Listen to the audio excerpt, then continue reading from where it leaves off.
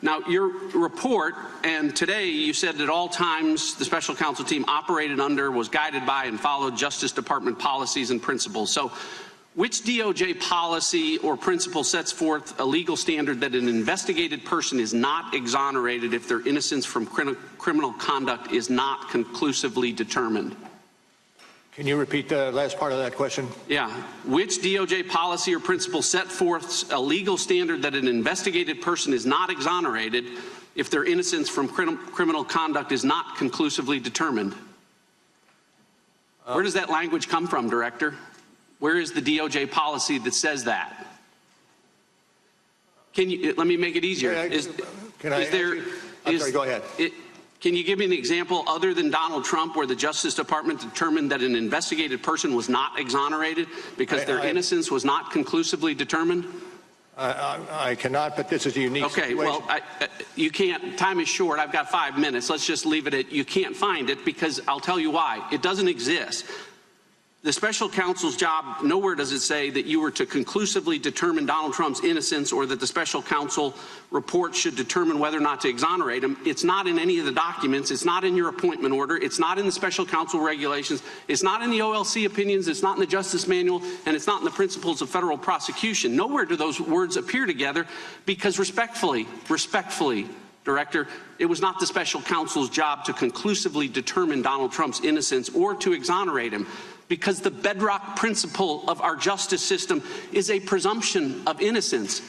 It exists for everyone. Everyone is entitled to it, including sitting presidents. And because there is a presumption of innocence, prosecutors never, ever need to conclusively determine it. Now, Director, the special counsel applied this inverted burden of proof that I can't find, and you said doesn't exist anywhere in the department policies, and you used it to write a report. And the very first line of your report, says, and as you read this morning, it authorizes the special counsel to provide the Attorney General with a confidential report explaining the prosecution or declination decisions reached by the special counsel. That's the very first word of your report, right? That's correct. Here's the problem, Director. The special counsel didn't do that. On volume 1, you did. On volume 2, with respect to potential obstruction of justice, the special counsel made neither a prosecution decision or a declination decision. You made no decision. You told us this morning and in your report that you made no determination. So respectfully, Director, you didn't follow the special counsel regulations. It clearly says, write a confidential report about decisions reached. Nowhere in here does it say, write a report about decisions that weren't reached. You wrote 180 pages. 180 pages about decisions that weren't reached, about potential crimes that weren't charged or decided. And respectfully, by doing that, you managed to violate every principle and the most sacred of traditions about prosecutors not offering extra prosecutorial analysis about potential crimes that aren't charged. So Americans need to know this as they listen to the Democrats and socialists on the other side of the aisle, as they do dramatic readings from this report, that volume 2 of this report was not authorized under the law to be written. It was written to a legal standard that does not exist at the Justice Department. And it was written in violation of every DOJ principle about extra prosecutorial commentary. I agree with the chairman this morning when he said Donald Trump is not above the law. He's not.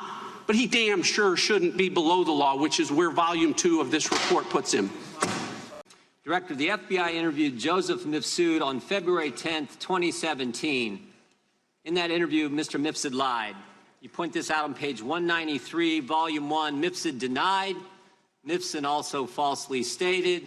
In addition, Mifsud omitted. 3 times he lied to the FBI, yet you didn't charge him with the crime. Excuse me, did you say one? I'm sorry, did you say 193? Volume 1, 193. He lied 3 times. You pointed out in the report. Why didn't you charge him with the crime? I can't get into internal deliberations with regard who would or would not be charge a lot of other people for making false statements. Let's remember this. In 2016, the FBI did something they probably haven't done before. They spied on 2 American citizens associated with a presidential campaign, George Papadopoulos and Carter Page. With Carter Page, they went to the FISA court. They used the now famous dossier as part of the reason they were able to get the warrant and spy on Carter Page for a better part of a year. With Mr. Papadopoulos, they didn't go to the court. They used human sources. All kinds of, from about the moment Papadopoulos joins the Trump campaign, you got all these people all around the world starting to swirl around him. Names like Halper, Downer, Mifsud, Thompson, meeting in Rome, London, all kinds of places. The FBI even sent a lady posing as somebody else, went by the name Azra Turk, even dispatched her to London to spy on Mr. Papadopoulos. In one of these meetings, Mr. Papadopoulos is talking to a foreign diplomat, and he tells the diplomat, Russians have dirt on Clinton. That diplomat then contacts the FBI, and the FBI opens an investigation based on that fact. You point this out on page 1 of the report. July 31st, 2016, they open the investigation based on that piece of information. Diplomat tells Papadopoulos, Russians have dirt, Papadopoulos tells a diplomat, Russians have dirt on Clinton. Diplomat tells the FBI. What I'm wondering is, who told Papadopoulos? How'd he find out? I can't get into the evidentiary. Yes, you can, because you wrote about it. You gave us the answer. Page 192 of the report, you tell us who told him. Joseph Mifsud. Joseph Mifsud's a guy who told Papadopoulos. The mysterious professor who lives in Rome and London, teaches in 2 different universities. This is the guy who told Papadopoulos. He's the guy who starts it all. And when the FBI interviews him, he lies 3 times, and yet you don't charge him with a crime. You charge Rick Gaetz for false statements. You charge Paul Manafort for false statements. You charge Michael Cohen with false statements. You charge Michael Flynn, a 3-star general, with false statements. But the guy who puts the country through this whole saga, starts it all for 3 years we've lived this now, he lies, and you guys don't charge him. And I'm curious as to why. Well, we can't get into it, and it's obvious, I think, that we can't get into charging decisions. When the FBI interviewed him in February, FBI interviews him in February, when the special counsel's office interviewed Mifsud, did he lie to you guys too? Can't get into that. Did you interview Mifsud? Can't get into that. Is Mifsud Western intelligence or Russian intelligence? Can't get into that. A lot of things you can't get into. What's interesting, you can charge 13 Russians no one's ever heard of, no one's ever seen, no one's ever going to hear of them, no one's ever going to see them. You can charge them. You can charge all kinds of people who are around the president with false statements. But the guy who launches the guy who puts this whole story in motion, you can't charge him. I think that's amazing. I'm not certain I agree with your characterizations. Well, I'm reading from your report. Mifsud told Papadopoulos. Papadopoulos tells the diplomat tells the FBI opens the investigation July 31st, 2016, and here we are 3 years later, July of 2019, the country's been put through this, and the central figure who launches it all lies to us, and you guys don't hunt him down and interview him again, and you don't charge him with a crime. Now, here's the good news. Here's the good news. The president was falsely accused of conspiracy. The FBI does a 10-month investigation, and James Comey, when we deposed him a year ago, told us at that point they had nothing. You do a 22-month investigation. At the end of that 22 months, you find no conspiracy. And what's the Democrats want to do? They want to keep investigating. They want to keep going. Maybe a better course of action is to figure out how the false accusation started. Maybe it's to go back and actually figure out why Joseph Mifsud was lying to the FBI. And here's the good news. Here's the good news. That's exactly what Bill Barr's doing. And thank goodness for that. That's exactly what the Attorney General and John Durham are doing. They're going to find out why we went through this three-year saga and get to the bottom of it. Time of the gentleman has expired. You know, I had to laugh a little bit when you talked about the testimony by Robert Mueller, because I think testimony has to be put in quotes. It really hasn't been much testimony. Frankly, I think you've both been very kind. I think this has been a disaster for the Democrats, and I think it's been a disaster for the reputation of Robert Mueller. He has seemed very uncertain with his brief. He doesn't seem to know what things that are in the report.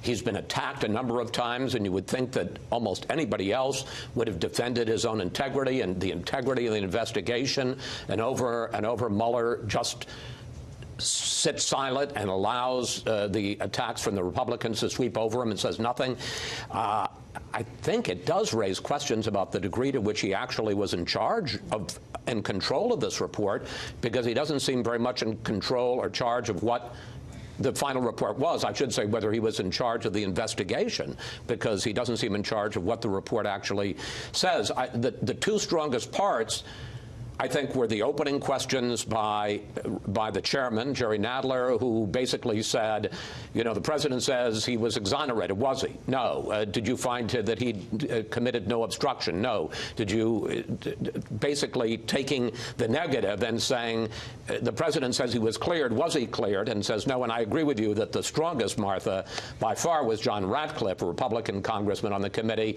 who basically said your big grand conclusion when it comes to obstruction is you can't exonerate him. When did that become a legal principle that a prosecutor can't exonerate anybody? You're innocent until proven guilty, so you either prove him guilty or you shut up. And you're making a point about I didn't exonerate him. The president is not above the law, but he's not below the law either. Director Mueller, can you state with confidence that the Steele dossier was not part of Russia's disinformation campaign?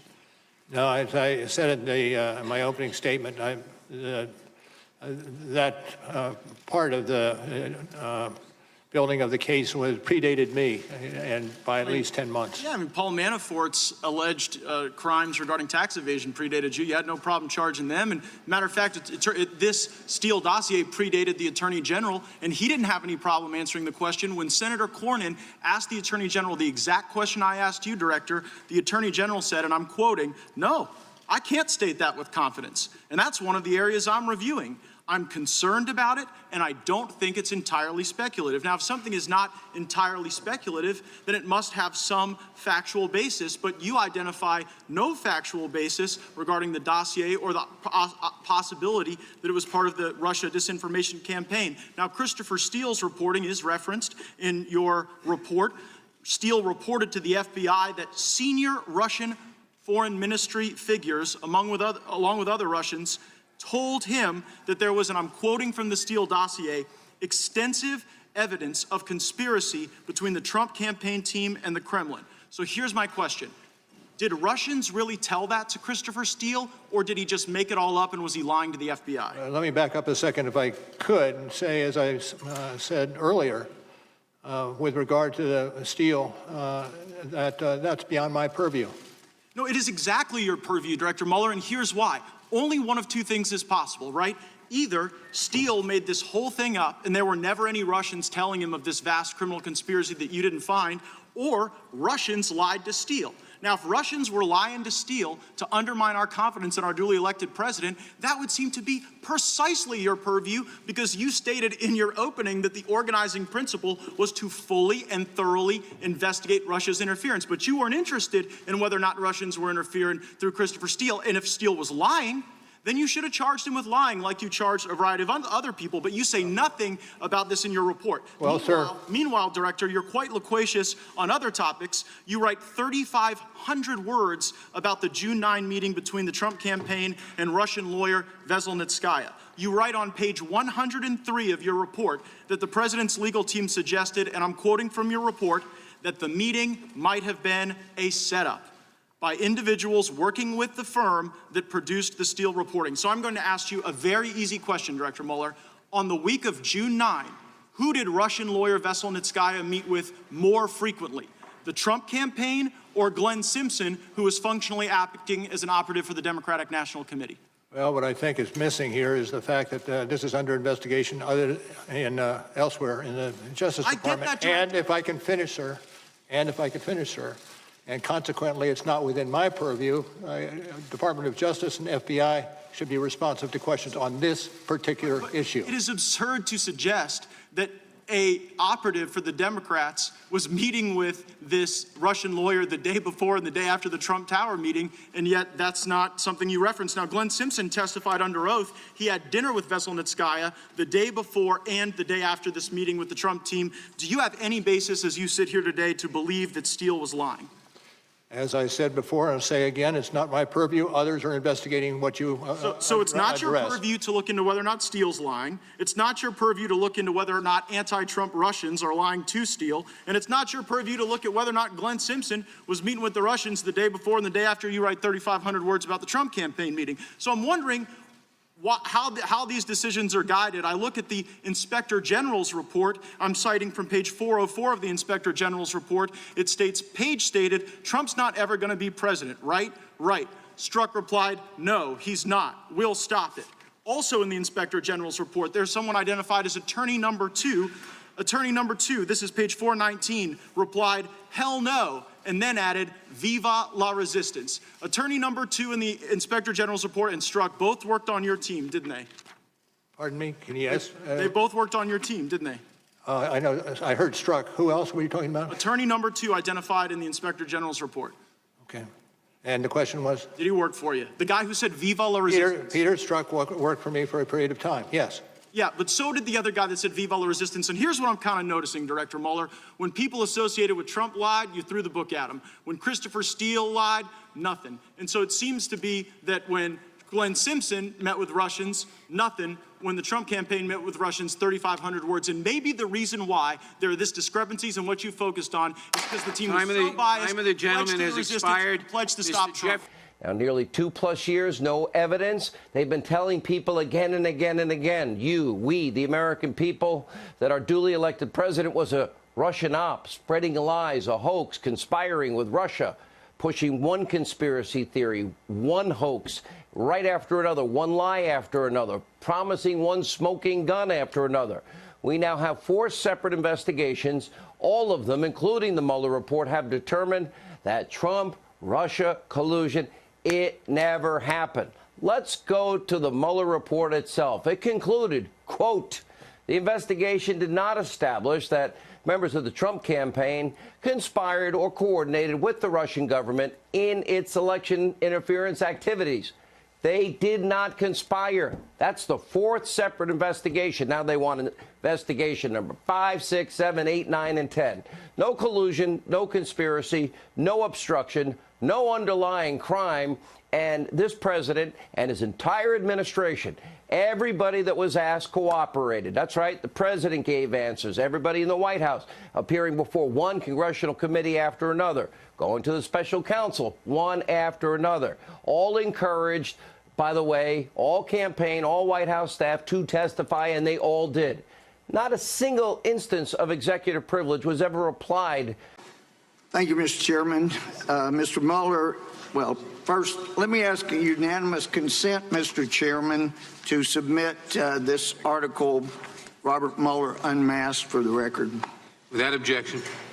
Now, Mr. Mueller, who wrote the 9-minute comments you read at your May 29th press conference? I'm not going to get into that. Okay, so that's what I thought. You didn't write it. A 2013 puff piece in the Washingtonian about Comey said basically when Comey called, you drop everything you were doing. It gave examples. You're having dinner with your wife and daughter. Comey calls, you drop everything and go. The article quoted Comey as saying, if a train were coming down the track, and I quote, at least Bob Mueller will be standing on the tracks with me. Yeah. You and James Comey have been good friends or were good friends for many years, correct? We were business associates. We both started off in the Justice Department about this You were good time. friends. You can work together and not be friends, but you and Comey were friends. We were friends. That's my question. Thank you for getting to the answer. Now, before you were appointed as special counsel, had you talked to James Comey in the preceding 6 months? No. When you were appointed as special counsel, was President Trump's firing of Comey something you anticipated investigating, potentially obstruction of justice? I'm not going to get into that. That's internal deliberations in the Justice Department. Actually, it goes to your credibility, and maybe you've been away from the courtroom for a while. Credibility is always relevant. It's always material, and that goes for you, too. You're a witness before us. Let me ask you, when you talked to President Trump the day before he appointed you, or you were appointed as special counsel, you were talking to him about FBI director position again. Did he mention the firing of James Comey? Not as a candidate. I was asked. Did he mention the firing of James Comey in your discussion with him? Cannot remember. Pardon? Cannot remember. Don't believe so, but I'm not going to be specific. You don't remember. But if he did, you could have been a fact witness as to the president's comments and state of mind on firing James Comey. I suppose that's possible. Yeah. So most prosecutors want to make sure there's no appearance of impropriety. But in your case, you hired a bunch of people that did not like the president. Let me ask you, when did you first learn of Peter Strzok's animus toward Donald Trump? In the summer of 2017. You didn't know before he was hired? I'm sorry, what did you? You didn't know before he was hired for your team? Know what? Peter Strzok hated Trump. Okay. You didn't know that before he was made part of your team. Is that what you're saying? I did not know that. All right. When did you first learn? When he did find out, I acted swiftly to have him reassigned elsewhere in the FBI. Well, there's some discussion about how swift that was. But when did you learn of the ongoing affair he was having with Lisa Page? About the same time I learned from Strzok. Did you ever order anybody to investigate the deletion of all of their texts off of their government phones? Once we found that Peter Strzok was an author of...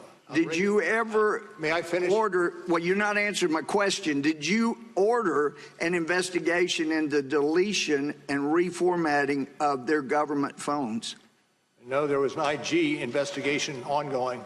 Well, listen, regarding collusion or conspiracy, you didn't find evidence of any agreement, I'm quoting you, among the Trump campaign officials and any Russia-linked individuals to interfere with our U.S. election, correct? Correct. So you also note in the report that an element of any of those obstructions you referenced requires a corrupt state of mind, correct? Corrupt intent, correct. Right. And if somebody knows they did not conspire with anybody from Russia to affect the election, and they see the big Justice Department with people that hate that person coming after them, and then a special counsel appointed who hires dozen or more people that hate that person, and he knows he's innocent.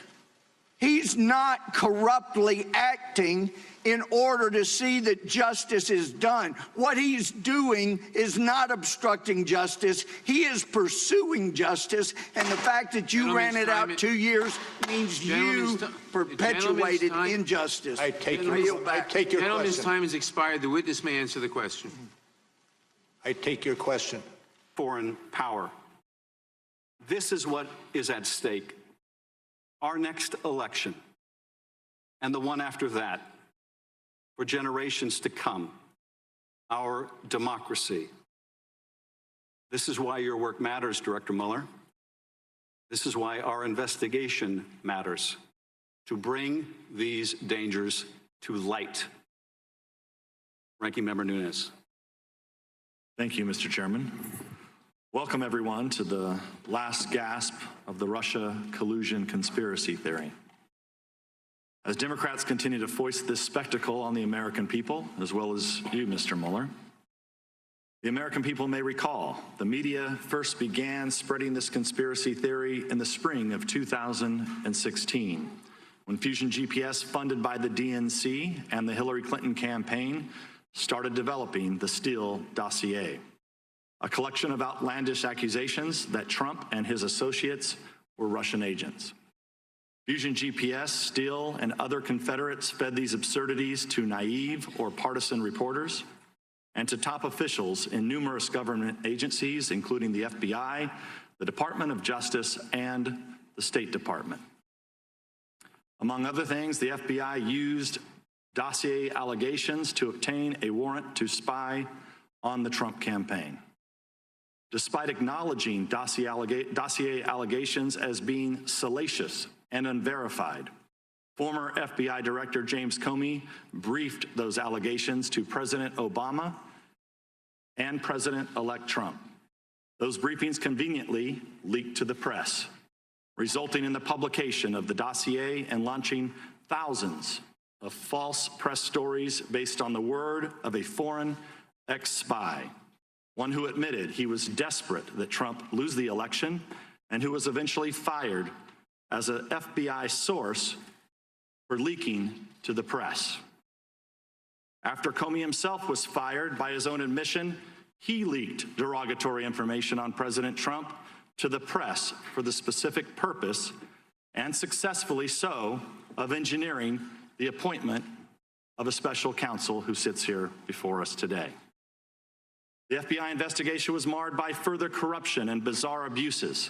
Top DOJ official Bruce Orr, whose own wife worked on Fusion GPS's anti-Trump operation, fed Steele's information to the FBI even after the FBI fired Steele. The top FBI investigator and his lover, another top FBI official, constantly texted about how much they hated Trump and wanted to stop him from being elected. And the entire investigation was opened based not on Five Eyes intelligence, but on a tip from a foreign politician about a conversation involving Joseph Mifsud. He's a Maltese diplomat who's widely portrayed as a Russian agent, but seems to have far more connections with Western governments, including our own FBI and our own State Department, than with Russia. Brazenly ignoring all these red flags, as well as the transparent absurdity of the claims they are making, the Democrats have argued for nearly 3 years that evidence of collusion is hidden just around the corner. Like the Loch Ness Monster, they insist it's there, even if no one can find it. Consider this. In March 2017, Democrats on this committee said they had more than circumstantial evidence of collusion, but they couldn't reveal it yet. Mr. Mueller was soon appointed, and they said he would find the collusion. Then when no collusion was found in Mr. Mueller's indictments, the Democrats said we'd find it in his final report. Then when there was no collusion in the report, we were told Attorney General Barr was hiding it. Then when it was clear Barr wasn't hiding anything, we were told it will be revealed through a hearing with Mr. Mueller himself. And now that Mr. Mueller is here, they are claiming that the collusion has actually been in his report all along, hidden in plain sight. And they're right. There is collusion in plain sight. Collusion between Russia and the Democratic Party. The Democrats colluded with Russian sources to develop the Steele dossier, and Russian lawyer Natalia Vesnitskaya colluded with the dossier's key architect, Fusion GPS head Glenn Simpson. The Democrats have already admitted, both in interviews and through their usual anonymous statements to reporters, that today's hearing is not about getting information at all. They said they want to, quote, bring the Mueller report to life and create a television moment through ploys like having Mr. Mueller recite passages from his own report. In other words, this hearing is political theater. It's a Hail Mary attempt to convince the American people that collusion is real and that it's concealed in the report.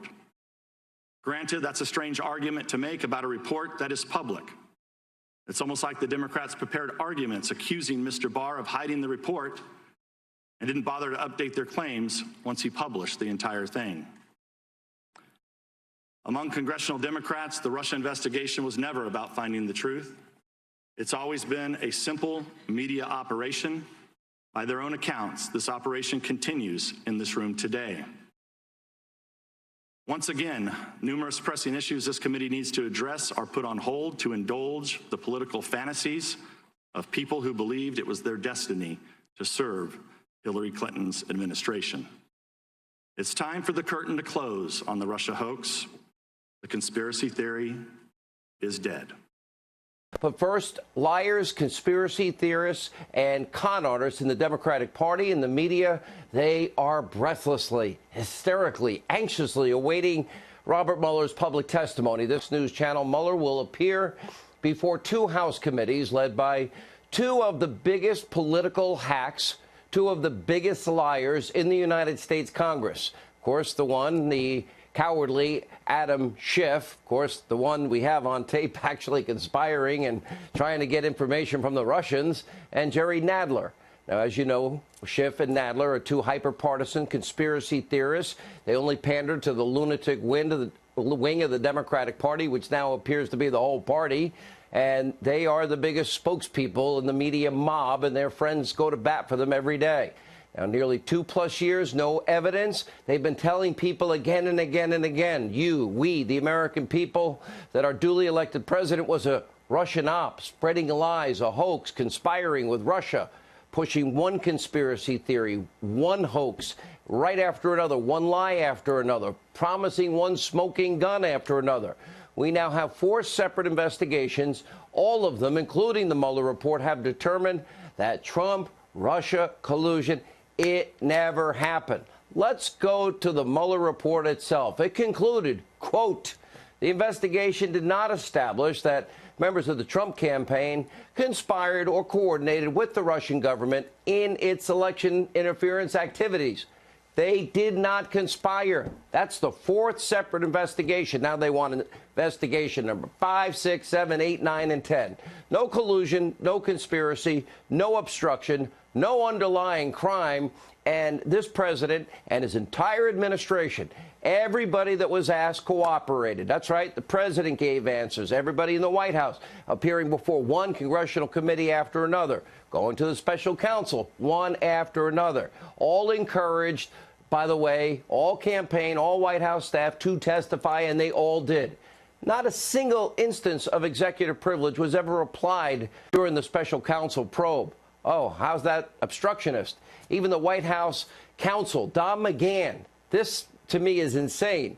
Even he was allowed to testify for over 30 hours. And independent counsel, former independent counsel Ken Starr, called this administration's cooperation unprecedented, and it was. Now, did the president express frustration about the ongoing witch hunt that he was found innocent of for a 4th time? Yes, he did. I don't blame him. Did he complain about the time that his administration was forced now to dedicate to an absolute conspiracy theory, a hoax and lies? Yeah, I think any normal person would feel that way. But he never fired Robert Mueller. He didn't fire acting AG Rod Rosenstein. He didn't impede the investigation. He assisted and asked those around him to assist in the investigation any way that they can. And then when the Attorney General Barr, the Deputy Attorney General Rod Rosenstein, the nonpartisan Office of Legal Counsel, yeah, they looked at it. They decided pretty much in minutes, no obstruction of justice either. Robert Mueller himself admitted no obstruction charges were recommended by his Office of Special Counsel because there was not sufficient evidence of obstruction. Just because you can't exonerate doesn't mean there's evidence of obstruction. And that determination, he pointed out, was made without any consideration as it regards the legal precedent, DOJ policy as to, or constitutional issues regarding whether or not a sitting president can be charged with a crime.